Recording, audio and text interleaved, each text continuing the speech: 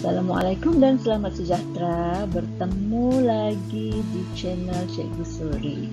Okey, kali ini cikgu akan berkongsi untuk penulisan kerja khusus, tapi untuk yang bahagian kedua iaitu penulisan resume. Okey, untuk soalan bahagian kedua ini, pelajar-pelajar diminta untuk menyediakan satu resume bagi calon lepasan STPM. Okey, apa yang perlu pelajar-pelajar lakukan untuk penyediaan resume ini? Yang pertama, pelajar perlu mencari iklan jawatan kosong yang sesuai bagi calon lepasan STPM. Okey, kemudian bagi calon lepasan STPM, pelajar-pelajar boleh merujuk jawatan di peringkat pengurusan bawahan, ya, contohnya penulia, ketua unit, supervisor dan lain-lain lah. Setelah pelajar-pelajar mendapat iklan yang sesuai, seterusnya pelajar boleh menyediakan satu resume yang sesuai untuk mengisi kekosongan jawatan tersebut. Untuk penulisan resume ini, apa yang perlu calon ketahui? Ya, tujuan penulisan resume ini adalah untuk menonjolkan kelebihan calon yang memohon. Okey, tiada format tertentu yang ditetapkan untuk resume tersebut. Jadi, calon boleh merujuk mana-mana contoh resume yang ada. Okey, seterusnya maklumat yang dimasukkan dalam resume perlulah sesuai dengan jawatan yang dipohon.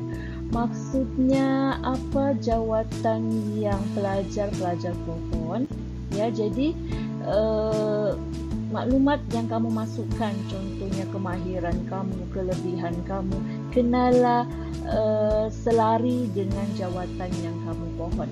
Okay, contohnya, kalau kamu memohon bahagian jawatan grafik, ya, pastikan kamu menonjolkan ciri-ciri ataupun kemahiran-kemahiran dalam grafik terhadap resume kamu. Okey, kemudian resume ini boleh disediakan dalam bahasa Melayu dan bahasa Inggeris, bergantung kepada jawatan kosong di syarikat yang dipohon. Okey, maksudnya di sini, kalau syarikat yang terlibat adalah syarikat multinasional, syarikat luar antarabangsa, jadi pelajar boleh sediakan resume itu dalam bahasa Inggeris. Tapi kalau syarikat itu adalah syarikat tempatan yang kurang juga menekankan kepada penggunaan bahasa Inggeris, resume itu boleh disediakan dalam bahasa Melayu.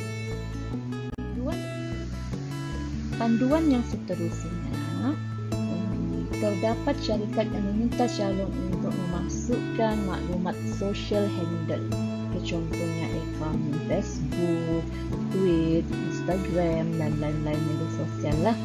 Okey, perlu diingatkan di sini, ya, tujuan organisasi ataupun syarikat meminta maklumat ini adalah untuk melihat bagaimana atau macam manakah peribadi kelakuan si pemohon.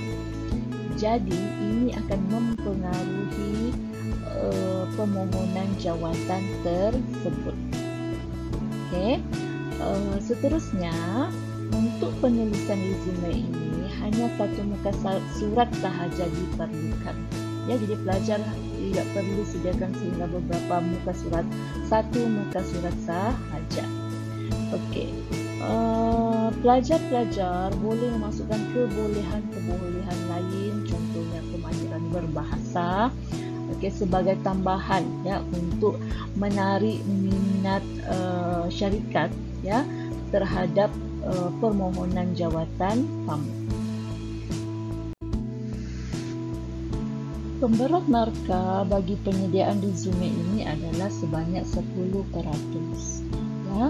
Kemudian dalam penulisan, bahagian resume ini akan diletakkan sebagai 7.0 di bahagian laporan kajian, iaitu di bahagian akhir penulisan laporan selepas penutup bagi soalan yang satu dan sebelum rujukan. Maksudnya di antara situlah ya dia diwujudkan sebagai 7.0.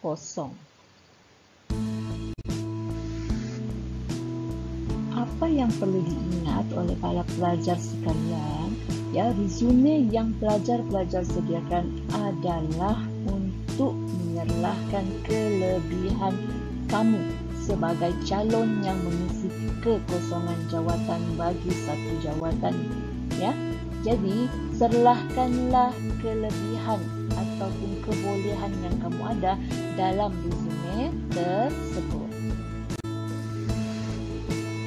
Dan apa yang paling penting yang pelajar perlu ketahui adalah penyediaan resume ini untuk persediaan pelajar apabila tamat sesi persekolahan nanti.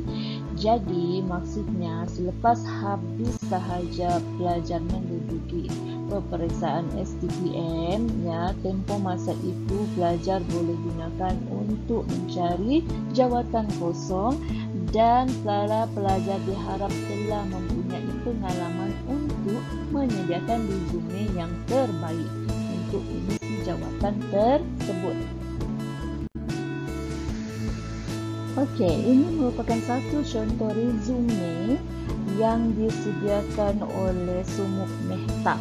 Ya, Sumuk Mehta ini dia menyediakan resume ini untuk mengisi kekosongan jawatan sebagai grafik, ya, sebagai grafik di bahagian grafik, dan dia telah menghasilkan resume sedemikian rupa, ya, yang mana dia menonjolkan kemahiran dalam grafik yang dia miliki.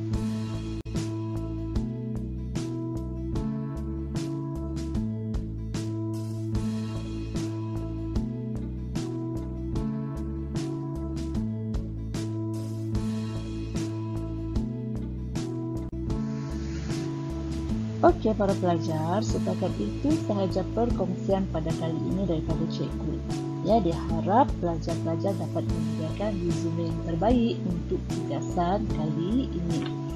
Okey, selamat berjumpa lagi, dan untuk melihat bagaimana membuat template daripada untuk resume yang mudah, sila berkunjung ke channel cikgu. Sekiranya cikgu akan kongsikan tutorial untuk membuat template resume yang mudah. Okey, sekian. Terima kasih.